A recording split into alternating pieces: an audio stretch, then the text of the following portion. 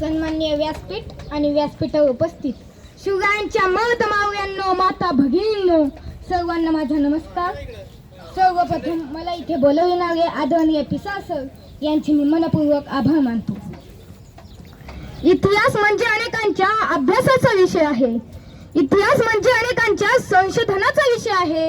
इतिहास म्हणजे अनेकांच्या व्यासंगाचा विषय आहे. इतिहास म्हणजे अनेकांच्या अस्मितेचा विषय आहे. इतिहास म्हणजे अनेकांच्या अभिमानाचा विषय आहे. इतिहास म्हणजे अनेकांच्या स्वाभिमानाचा विषय आहे. इतिहास म्हणजे अनेकांच्या प्रेरणेचा विषय आहे. इतिहास घडविणारे लोक इतिहास विसरू शकत नाही. इतिहास घडविणारे लोक इतिहास विसरू शकत नाही आणि इतिहास विसरणारे लोक इतिहास घडवू शकत नाही असं डॉक्टर बाबासाहेब आंबेडकर सांगतात. 50 वर्षाचं आयुष्य महाराजांचं, त्यातली 10 वर्ष बालपणात गेली, 10 वर्ष रणांगणावर घोट्या बसून युद्ध खेळण्यात गेली, उरली 30 वर्ष हे स्वराज्य घडविण्यात गेली. खरं तर महाराजांच्या जीवनातील एकही घटना अशी नाही, एकही प्रसंग असा नाही की ज्याचं महाराजांनी नियोजन केलं. हो ते जाऊ द्या, आईच्या गर्भातच असताना ज्यांच्या आयुष्याचं नियोजन ठेवलंय असे जर पुरुष या सृष्टीत जन्माला आले असतील तर छत्रपती शिवाजी महाराजांशिवाय दुसरं कोणाचं नाव नाही. स्वराज्य संस्थापक छत्रपती शिवाजी महाराज आणि स्वराज्य रक्षक छत्रपती संभाजीराजे या 2 व्यक्तिमत्वांना घडविणाऱ्या राजमाता राष्ट्रमाता जिजाऊ साहेब. सिंहाच्या जबड्यात घालून हात, सिंहाच्या जबड्यात घालून हात, माझी जो दात ही जात मराठ्यांची 40 दिवस कष्ट झेलले परंतु धर्म सोडला नाही असे ते धर्मवीर छत्रपती संभाजीराजे भोसले. गुलामाला गुलामीची जाणीव करून द्या, गुलामाला गुलामीची जाणीव करून द्या, म्हणजेच तो बंड करून उठेल. तुम्हाला आम्हाला सर्वांना गुलामीची जाणीव करून देणारे भारतरत्न विश्वरत्न डॉक्टर बाबासाहेब आंबेडकर. पृथ्वी ही शेषाच्या मस्तकावर तळलेली नसून ही कामकरी कष्टकरी शेतकरी समाजाच्या तळहातावर वसलेली आहे. हा विज्ञानवादी विचार मांडणारे अण्णाभाऊ साठे. वडिलाने मुलगा नाही शिकवला, वडिलाने मुलगा नाही शिकवला, तोही पापाचाच भागीदार झाला.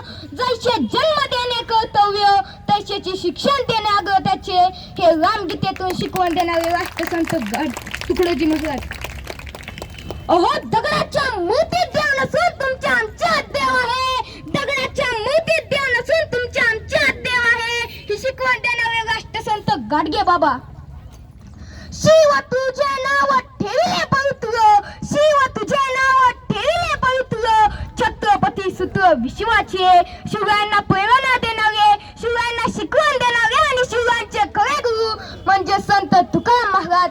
या सर्व थोर महापुरुषांच्या विचाराला मी शिवराज सुरेश कदम अभिवादन करतो. प्रौढ प्रताप पुरंदर क्षत्रिय कुलवंश सुहासाधीश्वर श्रीमंत श्रीमंत छत्रपती शिवाजी महाराज की जय. आज आपण अशा एका राजाचा इतिहास मांडणार आहोत जो केवळ इतिहासाच्या पानावर नाही तर कोट्यवधी लोकांच्या काळजावर राज्य करतो. आज आपण अशा एका वादळाविषयी बोलणार आहोत ज्याने सह्याद्रीच्या कुशीतून झेप घेतली आणि दिल्लीच्या तख्ताला घाम फोडला. 19 फेब्रुवारी 1630 रोजी शिवनेरीवर सनई चौघडे वाजत होती, कारण त्या दिवशी एका युग पुरुषांचा जन्म झाला होता आणि ते युग पुरुष म्हणजे छत्रपती शिवाजी महाराज.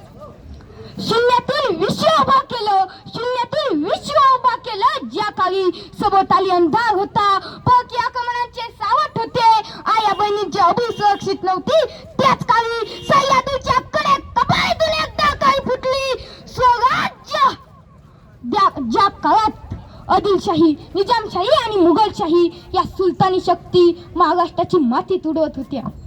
आया बहिणींची अबू सुरक्षित नव्हती, मंदिरे उद्ध्वस्त होत होती. त्याच काळात माता जिजाऊंनी बालशिवांना रामायण महाभारताच्या कथा सांगितल्या.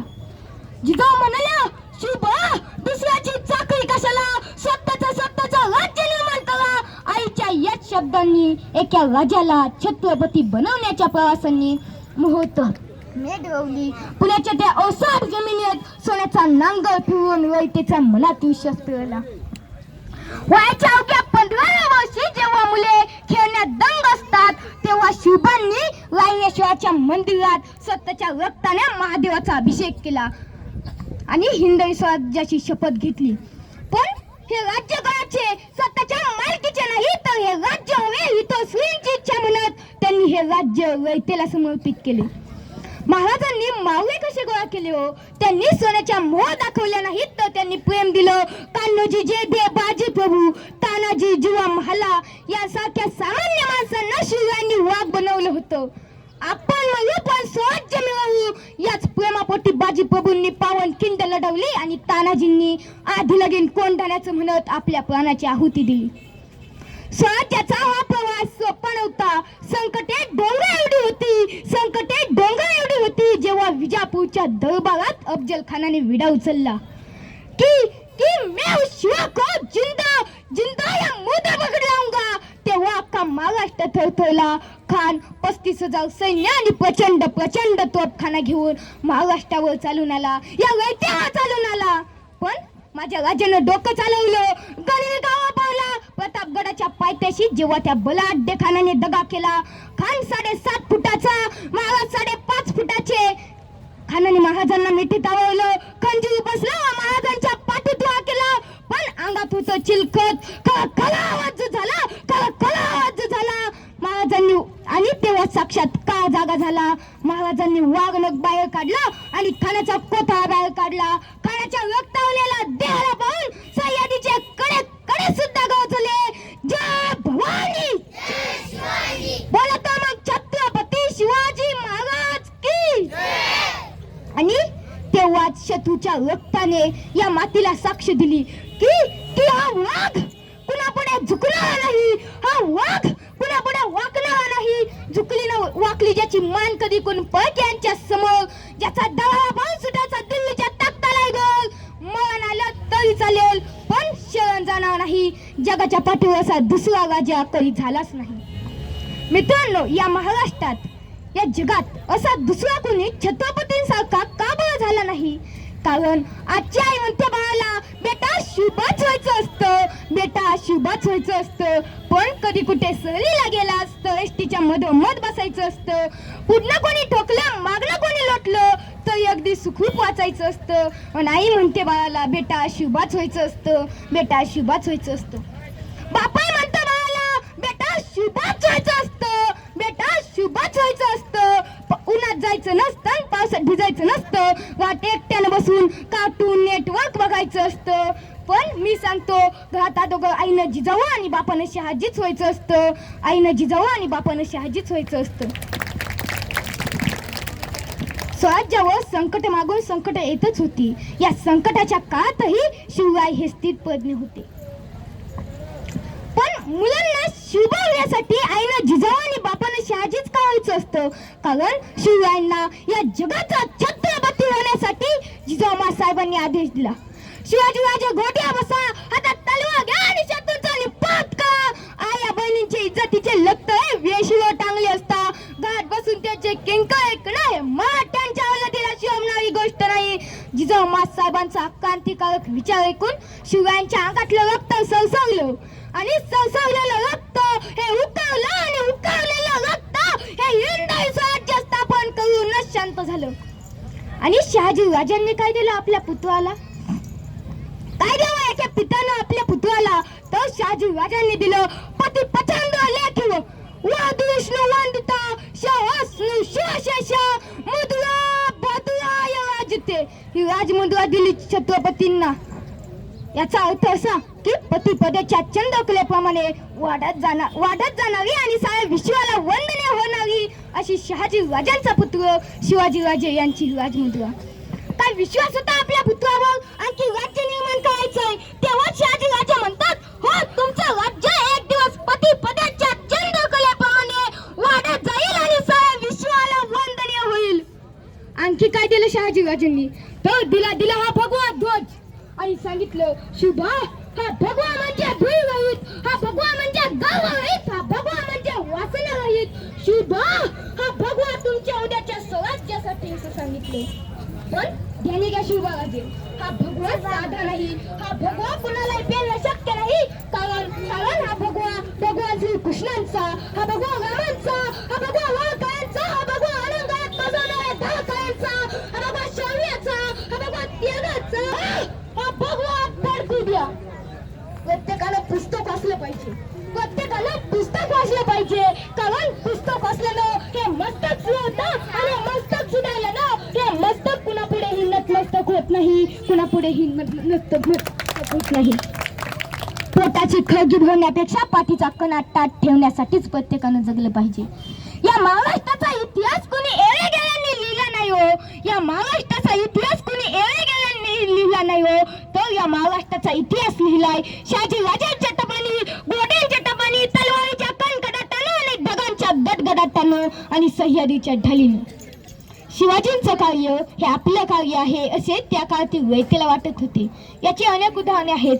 जेव्हा प्रचंड फौज फाट्यासह सिद्धी जोहर आणि फाजल खान हे पन्हाळा गडाला वेढा देऊन बसले होते. महिने उलटले तरी वेड्यात ढील पडली नाही, पाऊस पडला तरी वेड्यात ढील पडली नाही. अशा वेळी एक बेत रचला गेला.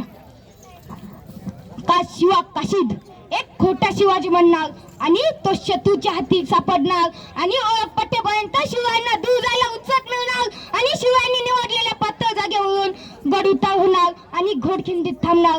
घोडखिंडीत थांबल्यावर शिवा काशीद हा घोडखिंडीत येणार आणि सगळे सोबत सुखरूप विशाळगडावर जातील असा बेत रचला गेला. आणि ठरल्याप्रमाणे शिवा काशीद हा शत्रूच्या हाती सापडला व पट्टेपर्यंत शिवांना दूर जायला उत्सुक मिळाली. पुढे पण शिवा काशीद हा मारला गेला. पुढे बाजीप्रभू म्हणाले, राजे आम्ही इथं थांबतो, शत्रू जवळ आलाय, तुम्ही निघा. राजे म्हणाले, बाजी जाणार नाही, आम्ही तुम्हाला सोडून जाणार नाही. शेवट इतिहास काळ सुद्धा सांगतील इतका पराक्रम गाजून शेवटी इथं मारला गेला माझा राजा, इथं मारला गेला. बाजीप्रभू म्हणाले, राजा लाख मेले तरी चालतील, राजा लाख मेले तरी चालतील, पण लाखांचा पोशिंदा जगला पाहिजे, लाखांचा पोशिंदा जगला पाहिजे. राजे वयाने मी मोठा आहे म्हणून सांगतो तुम्ही निघा, फक्त विशाळगडावर गेल्यावर तोफेचे 3 आवाज करा. राजे निघाले विशाळगडावर. बाजीप्रभू लढले, झुंजले, घोडखिंडीत तांडव मारला. मराठ्यांच्या रक्ताने त्या घोडखिंडीला पावनखिंड बनवलं. तोफेचे 3 आवाज झाल्यानंतरच बाजीप्रभूंनी स्वतःचे प्राण सोडले. स्वराज्यावर संकट मागून संकट येतच होती. या संकटाच्या काळातही शिवराय हे स्थितप्रज्ञ होते. निष्ठा आणि सामर्थ्याच्या बळावर त्यांनी भल्यांना आसमान दाखवले होते. शाहिस्ते खान हा 1660 ते 1663 पर्यंत स्वराज्यात राहिला, पण त्याच्या हाती काहीच लागलं नाही. या उलट हाताची 3 बोटं गमवावी लागली. शाहिस्ते खानाचा काळ आलाच होता, पण वेळ आली नव्हती. म्हणून जीवावर आलेलं संकट बोटावर बेतलं म्हणून वाचलं. शिवाजी महाराजांनी इथेही थांबले नाही, तर त्यांनी मुघलांची लष्करी ठाणं अहमदनगर, जुन्नर हे शहर लुटली. एवढंच नाही तर बादशहाचे आवडते शहर सुरत हे शहर सुद्धा लुटले. महाराजांनी सुरत लुटली तेव्हा महाराजांनी त्र्यंबकेश्वराचं दर्शन घेण्याचं नाटक केलं व गेले सुरतीवर. व जायच्या आधी त्यांची मावळे म्हणतात, महाराज सांगतील त्र्यंबकेश्वर महादेव, महाराज सांगतील त्र्यंबकेश्वर महादेव आणि करतील महादेव. पण आपण आपल्या तलवारीसनं धार लावून तयार राहायचं, गनिम कधी आलं तर उभा कापायचा. पण सुरतीवर गेले, पण बहिर्जी नायकानं आधी त्या सुरतीची खडानखडा माहिती घेतली. सुरतीवर 5000 सैन्य आहेत, पण ते फक्त म्हणायला सुरतीवर 1500 सैन्य तैनात आहेत. हा, पण याची खात्री होती की जर सुरतीवर हल्ला झालाच तर बुरहानपूरचं सैन्य लगोलग 15000 सैन्य लगोलग सुरतीकडे येईल. पण महाराजांचं नियोजन कसं? महाराजांनी लूट या शब्दाचा अर्थच बदलून टाकला. लूट म्हणजे काय हो, तर सगळं लुटून घेणे. पण महाराजांनी लूट म्हणजे काय केलं, तर ज्यांनी स्वराज्यातल्या गोरगरीब व्यक्तीला लुटलं त्यांनाच फक्त लुटलं. हो, पण आता थेट मृत्यूच्या दाढेत जाण्याचा प्रकार सिंहाच्या जबड्यात गुटण्यासारखे झाले. हो, किती मोठे धाडस करतात तुझी. अहो, शिवाजी म्हणजे काय, तर जो शिवाजी उभा आयुष्य आपल्या जीवाशी खेळून स्वराज्य उभा करतो तो शिवाजी. अहो, ज्यांनी स्वराज्यातल्या गोरगरीब रयतेला लुटलं त्यांनाच फक्त लुटलं आणि निघाले स्वराज्याकडं. 1 दिवस गेला, 2 दिवस गेले आणि तेव्हाची एक दुःखद बातमी कळाली. सगळ्या स्वराज्याला आनंद झाला होता. रयतेला आशा होती की आता आपले धन आपल्याला पुन्हा मिळणार. पण दुःखद बातमी म्हणजे काय हो? तर दुःखद बातमी म्हणजे शहाजी राजांचा मृत्यू.